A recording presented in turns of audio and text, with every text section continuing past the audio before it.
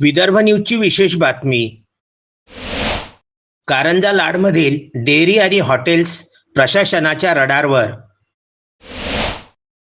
सावधान, आपण खात असलेले पनीर असली आहे की ॲनालॉग, विचार करा.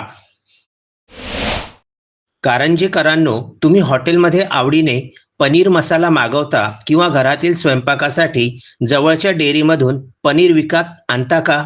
जर तुमचे उत्तर हो असेल तर ही बातमी तुमच्यासाठी अत्यंत महत्त्वाची आहे.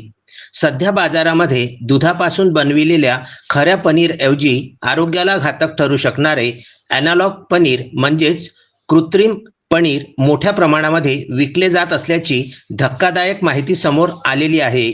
या पार्श्वभूमीवर कारंजा लाड शहरातील अन्न व औषध प्रशासन FDA आणि संबंधित विभाग अशा भेसळयुक्त पनीरची विक्री करणाऱ्यांवर कडक कार्यवाही करण्याच्या तयारीत आहेत. काय आहे पनीर ॲनालॉग म्हणजे कृत्रिम बनावट? हे पनीर दुधापासून नव्हे तर वनस्पती तेल म्हणजेच palm oil, starch, milk powder आणि विविध रसायनांच्या मदतीने तयार केले जाते. अस्सल पनीरच्या तुलनेमध्ये हे पनीर बनवण्याचा खर्च अत्यंत कमी येतो, ज्यामुळे अधिक नफा कमविण्यासाठी याचा वापर केला जातो. चव आणि दिसण्यामध्ये हे हुबेहूब खऱ्या पनीरसारखेच असल्याने सामान्य ग्राहकाला यातील फरक ओळखणे कठीण होते.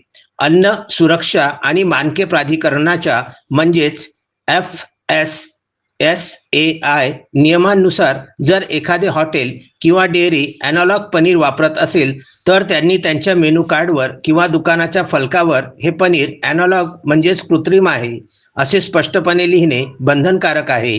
मात्र कारंजा लाड शहर व तालुक्यातील बहुतांश हॉटेल आणि डेअरीमध्ये अशा प्रकारची कोणतीही माहिती ग्राहकांना दिली जात नसल्याचे दिसून येत आहे. हा सरळ ग्राहकांच्या आरोग्याशी खेळ आणि मोठी फसवणूक आहे.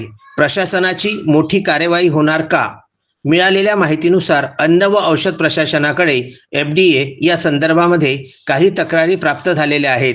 यानुसार लवकरच कारंजा लाड शहरातील प्रमुख हॉटेल्स, ढाबे आणि दुग्धालयांवर अचानक छापे टाकून पनीरचे नमुने तपासणीकरिता प्रयोगशाळेमध्ये पाठविले जाणार असल्याची माहिती सूत्रांकडून प्राप्त झालेली आहे. अक्षय लोटे, विदर्भ न्यूज, कारंजा लाड.